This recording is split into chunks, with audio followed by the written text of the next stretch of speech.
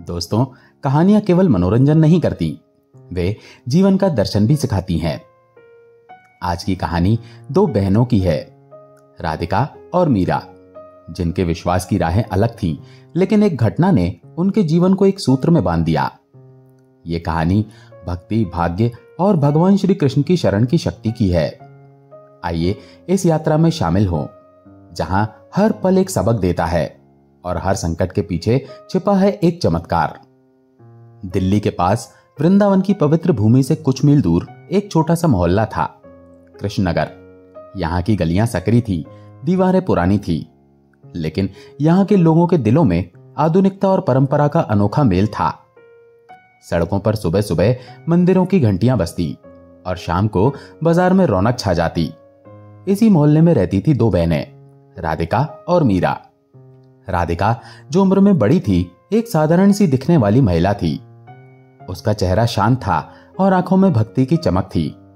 बचपन से ही वो भगवान श्री कृष्ण की भक्त थी। उसके पिता पंडित हरि नारायण एक छोटे से मंदिर के पुजारी थे। हर शाम वो भागवत और महाभारत की कथाएं सुनाते। राधिका तब घंटों उनकी बातें सुनती, खासकर जब वे बांसुरी वाले कन्हैया की लीलाओं का वर्णन करते। वो अक्सर कहते, बेटी, ठाकुर जी की शरण में सब कुछ संभव है। राधिका ने उनकी ये बात अपने दिल में बसा ली। राधिका की शादी हुई, लेकिन पति की असमय मृत्यु ने उसे अकेला छोड़ दिया। अब उसके जीवन में दो ही आधार थे, उसका बेटा गोविंद, जो 15 साल का था, और लड्डू गोपाल, भगवान कृष्ण की बाल रूप की मूर्ति। राधिका ने एक छोटी सी दुकान खोल रखी थी, जहां वो पूजा सामग्री बेचती, फूल, अगरबत्ती, चंदन और तुलसी की मालाएं। हर सुबह वो 4 बजे उठती, सबसे पहले नहाती, फिर अपने घर के छोटे से मंदिर में जाती। वहां लड्डू गोपाल को स्नान कराती, पहले दूध, फिर गंगा जल, फिर नए पीले वस्त्र पहनाती, माथे पर तिलक लगाती, तुलसी की माला अर्पित करती। भोग में माखन, मिश्री और मौसमी फल का भोग लगाती। वो प्रार्थना करती, हे कन्हैया, मेरे गोविंद की रक्षा करना। राधिका की छोटी बहन मीरा स्वभाव से विद्रोही थी। जहां राधिका भक्ति में डूबी रहती, वहीं मीरा तर्क और ज्योतिष में। बचपन में वो पिता की कथाओं से ऊब जाती। वो कहती, पापा, ये सब कहानियां हैं, असल में ग्रह और नक्षत्र नियति तय करते हैं। मीरा ने शादी नहीं की क्योंकि एक ज्योतिषी ने उसकी कुंडली देखकर कहा था, विवाह का योग्य नहीं है। इस बात ने उसके मन में ज्योतिष के प्रति विश्वास और गहरा कर दिया। अब वो एक ज्योतिष केंद्र चलाती थी। उसका कमरा कुंडली, यंत्रों, रुद्राक्ष मालाओं और ज्योतिष की किताबों से भरा रहता। लोग दूर दूर से आते, उसे अपनी समस्याएं बताते।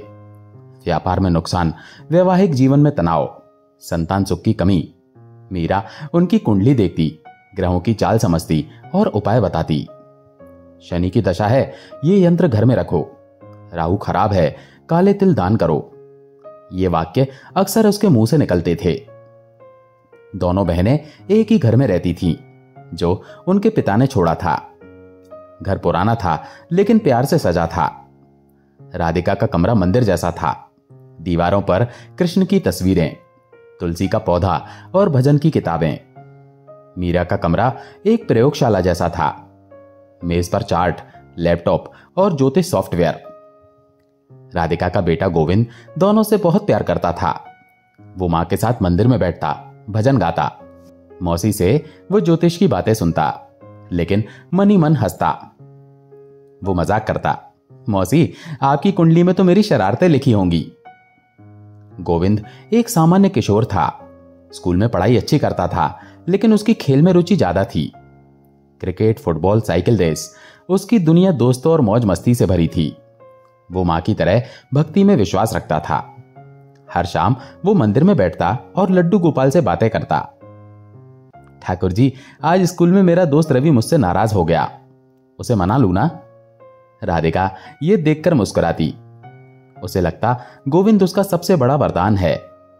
एक दिन राधिका ने मीरा से कहा, बहन, तू भी कभी ठाकुर जी की आरती में शामिल हो जा, मन को बहुत सुकून मिलेगा। मीरा हंसी, बहन, मेरे पास समय नहीं है, कल एक क्लाइंट आ रहा है, उसकी कुंडली में राहु केतु का दोष है, मुझे उसका उपाय ढूंढना है। समय ऐसे ही बीत रहा था। गर्मियों की एक दोपहर थी। सूरज आग बरसा रहा था। कृष्णनगर की सड़कें धूल और शोर से भरी थीं। गोविंद अपनी पुरानी साइकिल पर स्कूल से लौट रहा था। वो बड़ी तेजी से साइकिल चला रहा था क्योंकि उसे दोस्तों के साथ पार्क में क्रिकेट खेलने की जल्दी थी। सड़क पर ट्रैफिक हमेशा की तरह अराजक था। एक चौराहे पर एक कार चालक ने फोन पर बात करते हुए तेजी से गाड़ी को मोड़ लिया। वो गोविंद को देख नहीं पाया। धड़ाम की आवाज के साथ एक जोरदार टक्कर हुई। साइकिल हवा में उछली और गोविंद सड़क पर गिरा। उसका सिर पत्थर से टकराया। गहरी चोट के कारण खून बहने लगा। उसका दाहिना पैर भी मुड़ गया था। गोविंद को असहनीय दर्द हो रहा था। आसपास के लोग दौड़े आए। एक बुजुर्ग ने चिल्लाया, अरे बच्चे को अस्पताल ले चलो। एक रिक्शा चालक ने गोविंद को उठाया और नजदीकी अस्पताल पहुंचाया। राधिका को खबर मिली तो वो भागी भागी आई। उसका चेहरा पीला पड़ गया था, आंखें नम थी। अस्पताल के गलियारे में वो एक बेंच पर तुलसी की माला हाथ में लिए बैठी थी। वो मनी मन प्रार्थना कर रही थी, हे कन्हैया, मेरे गोविंद को बचा ले। तू तो सब जानता है, उसके सिवा मेरा इस दुनिया में कौन है। डॉक्टर ने गोविंद की जांच की। सीटी स्कैन, एक्सरे कराया गया। सभी रिपोर्ट्स आने के बाद डॉक्टर ने कहा, सिर में गंभीर चोट है लेकिन ब्रेन स्कैन नॉर्मल है। पैर की हड्डी में क्रैक है पर सर्जरी की जरूरत नहीं है। 2 हफ्ते के आराम से गोविंद ठीक हो जाएगा। यह सुनकर राधिका ने राहत की सांस ली। वो गोविंद के बिस्तर के पास बैठी और उसका माथा सहलाया। कुछ देर बाद गोविंद होश में आया तो राधिका ने पूछा, कैसा है मेरा बेटा? गोविंद धीमी आवाज में बोला, मां, थोड़ा दर्द है लेकिन मैं ठीक हूं। मुझे ठाकुर जी ने बचाया ना?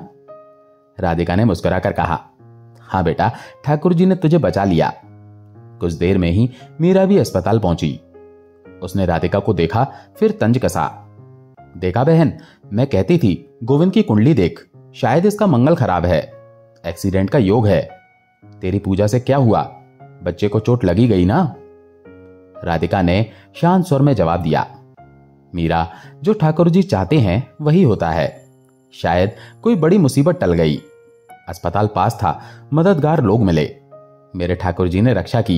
ये उन्हीं की कृपा है कि गोविंद को कुछ नहीं हुआ। 2 हफ्ते बाद गोविंद ठीक होकर घर लौटा। राधिका ने ठाकुर जी की विशेष पूजा की। लड्डू गोपाल को माखन और मिश्री का भोग लगाया। गोविंद ने कहा, मां, ठाकुर जी ने मुझे बचाया, अब मैं और सावधान रहूंगा। राधिका मुस्कुराई, हाँ बेटा, वे हर पल हमारे साथ हैं। मीरा ये सब देखकर चुप थी। वो रात को अपनी मेज पर बैठी और गोविंद की कुंडली देखने लगी। कुछ देर अपनी उंगलियों पर कुछ गुणा भाग करने के बाद उसने कहा, शनि की 7.5 चल रही है, इसका उपाय करना चाहिए। लेकिन राधिका ने मना कर दिया, मीरा, मेरे ठाकुर जी सब संभाल लेंगे। ऐसे ही ये बात आई गई हो गई। मॉनसून का मौसम आया। बारिश में सड़कें फिसलन भरी हो गई थी। गोविंद अब साइकिल कम चलाता था, लेकिन उसने क्रिकेट का शौक नहीं छोड़ा। एक शाम वो दोस्तों के साथ पार्क में खेल रहा था। खेलते समय गेंद सड़क पर चली गई। वो गेंद उठाने के लिए उसके पीछे दौड़ पड़ा। तभी एक मोटरसाइकिल सवार तेजी से आया। उसने ब्रेक लगाया, लेकिन सड़क गीली थी और वो फिसल गया। वो गोविंद से टकराया।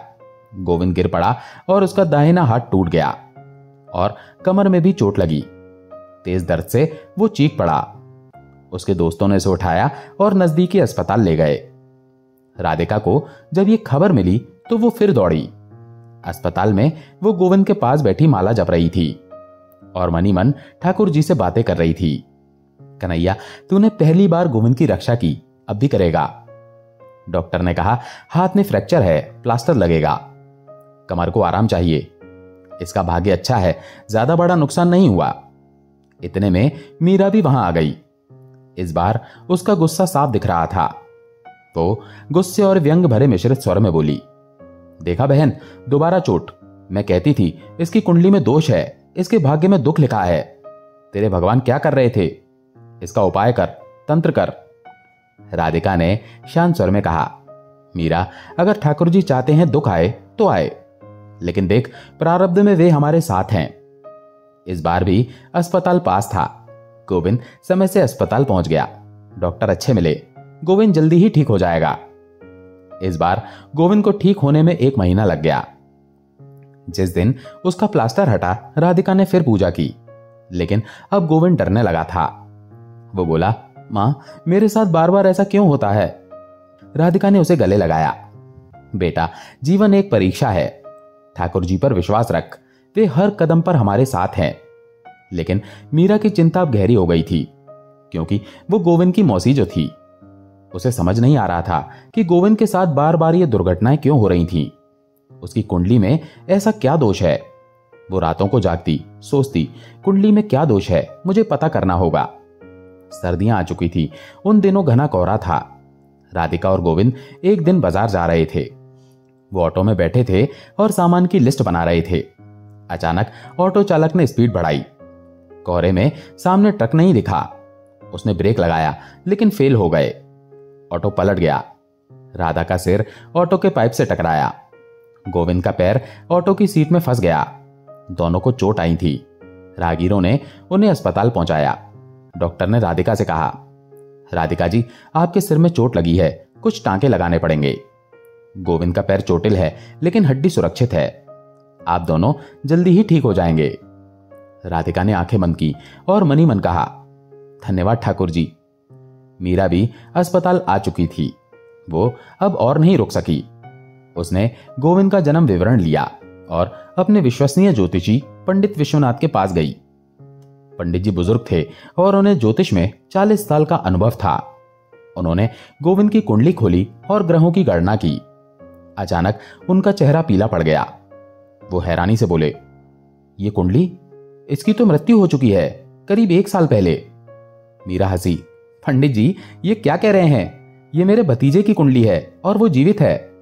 हां, उसके एक्सीडेंट हुए, लेकिन वो बच गया। पंडित जी ने सिर हिलाया। नहीं, ग्रहों के हिसाब से, नक्षत्रों के हिसाब से इसकी मृत्यु निश्चित थी। लेकिन अगर वो जीवित है तो जरूर कोई बड़ी शक्ति उसकी रक्षा कर रही है, कोई दिव्य शक्ति। यह सुनकर मीरा स्तब्ध रह गई। उसका मन हिल गया। वो दौड़ी दौड़ी घर पहुंची और हड़बड़ी में जोर जोर से दरवाजा खटखटाने लगी। जैसे ही राधिका ने दरवाजा खोला, वो हाँफते हुए बोली, बहन, मुझे तेरे ठाकुर जी से मिलना है, मुझे उनके दर्शन करवा। राधिका हैरान होते हुए बोली, क्या हुआ मीरा? मीरा की आंखों में आंसू थे। उसका शरीर कांप रहा था। वो कांपती आवाज में बोली, तू सही कहती है, ईश्वर है और तेरे साथ हैं हर पल। उस दिन से मीरा बदल गई। वो राधिका के साथ मंदिर में बैठने लगी। पहले तो वो सिर्फ देखती थी, फिर धीरे धीरे वो भी भजन गाने लगी। लड्डू गोपाल को भोग लगाने लगी। एक दिन उसने राधिका से कहा, बहन, मैंने कितने साल ज्योतिष में बिताए, लेकिन मुझे आज समझ आया, सारे नक्षत्रों का स्वामी एक ही है। गोविंद अब पहले से ज्यादा सावधान था, लेकिन उसका विश्वास और गहरा हो गया। वो कहता, मां, ठाकुर जी मेरे सुपर हीरो हैं। राधिका और मीरा अब साथ मिलकर पूजा करती।